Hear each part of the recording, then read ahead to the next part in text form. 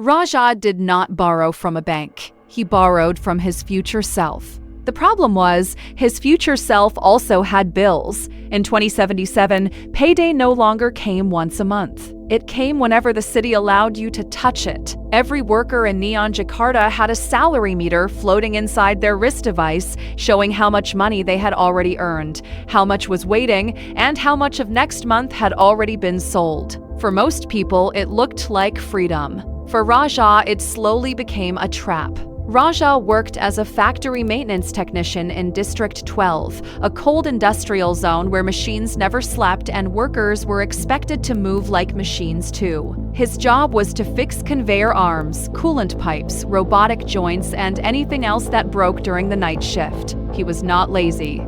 He was not careless. He worked hard, came home tired, and still tried to smile when his daughter Naz asked him to help with homework. But hard work did not mean stable money anymore. Every month, before payday arrived, something happened. One month, it was the electricity bill. The next month, it was Naz's school fee. Then medicine, then transportation. Then food prices rose again because the city's automated supply system had adjusted for climate disruption. Raja's salary looked enough on paper, but real life kept arriving earlier than payday. That was when he started using FuturePay. The first time, it looked harmless. A glowing kiosk stood outside the factory gate, bright blue under the neon rain. Above it, a hologram smiled and said, "Access your earned salary today. No loan, no bank, no waiting." Raja stopped in front of it after his shift. His boots were wet, his hands smelled like oil. His wrist device showed that he had already earned part of his monthly salary, but payday was still 12 days away. At home, Nas's school had sent a reminder, payment overdue. Raja told himself it was not debt, it was his money, just early. He placed his palm on the scanner. A holographic contract opened in front of him, filled with small floating text. Processing fee, priority access fee, salary routing fee, early liquidity adjustment. Raja was too tired to read all of it. He only saw one number, enough to pay the school. 10 seconds later, the money arrived. That night, Nas smiled because she could still join her class trip. Ratu looked relieved, but only for a moment. She sat at the small kitchen table, opened their household finance tracker, and asked, "How much will be left on payday?" Raja said, "It's fine, they'll just deduct what I took." Ratu looked at the screen. "Not just what you took." On payday, Raja understood. His salary entered his account like usual, but before he could even touch it, FuturePay took its share. Then the city transport subscription renewed, then food credit, then electricity, then workplace insurance. By noon, his paycheck was already smaller than expected. By evening, it was nearly gone. Still, Raja survived that month, and survival has a dangerous way of feeling like success. The next month, he used FuturePay again. This time, not because of school fees, but because groceries were short. The month after that, because rent increased. Then because Nas needed new shoes. Then because the factory reduced overtime without warning. Each time, Raja promised it was the last time, but every time payday came, the salary was weaker. The money that should have helped them breathe was already missing before it arrived. FuturePay did not steal everything at once. It took small bites. A fee here, a deduction there, a faster access charge, a loyalty penalty for repeated advances. The app called it convenience. Ratu called it a shrinking paycheck cycle. She began drawing it on the wall screen every night. Today's advance created tomorrow's shortage. Tomorrow's shortage created next month's advance. Next month's advance made the following paycheck smaller.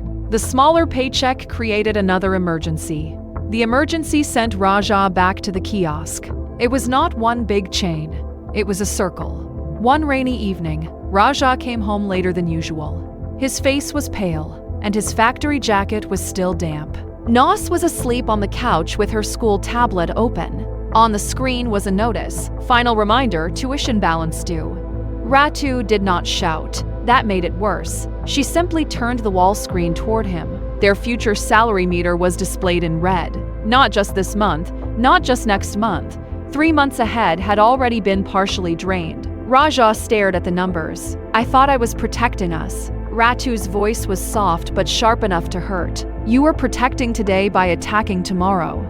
Outside, the city glowed beautifully. Towers flashed advertisements for instant salary access, emergency lifestyle credit, rent flexibility, and family protection plans. Every sign promised relief. None of them promised freedom. The next morning, Raja walked past the factory gate and saw a crowd around the FuturePay kiosk. Workers stood in line before sunrise, faces tired, uniforms wet from neon rain. Everyone looked like they were waiting for help, but above them, the salary meters blinked red. Raja saw himself in every face. When his break came, he opened the app again.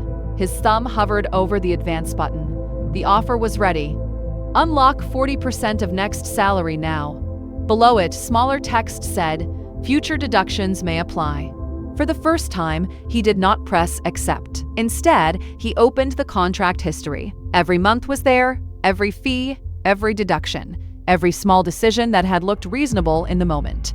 Raja realized the trap had not worked because he was stupid. It worked because he was tired, pressured, and desperate to keep his family standing. That night, Raja and Ratu sat together with no holograms, no finance app, no automatic optimism, just a plain repayment plan on the table. They listed everything: food, rent, school, transport, debt, salary advances, fees. They separated what was urgent from what was emotional. They canceled 2 subscriptions. They contacted Nas's school to request a payment schedule. Raja asked the factory for stable overtime instead of random bonus shifts.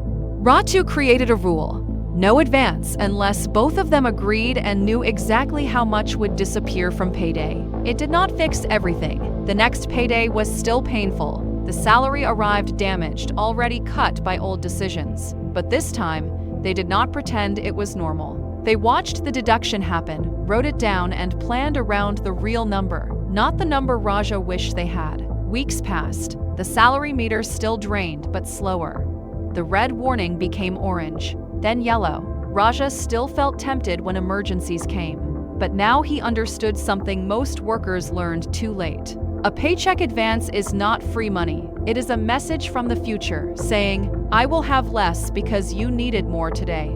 In the final week of the month, Nas came home with another school notice.